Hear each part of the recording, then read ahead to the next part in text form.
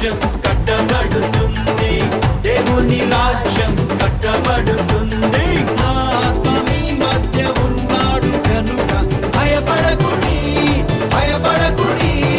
ధైర్యాన్ని వహించి బలమంత ధరించి పని ఇంకా జరిగించుడి.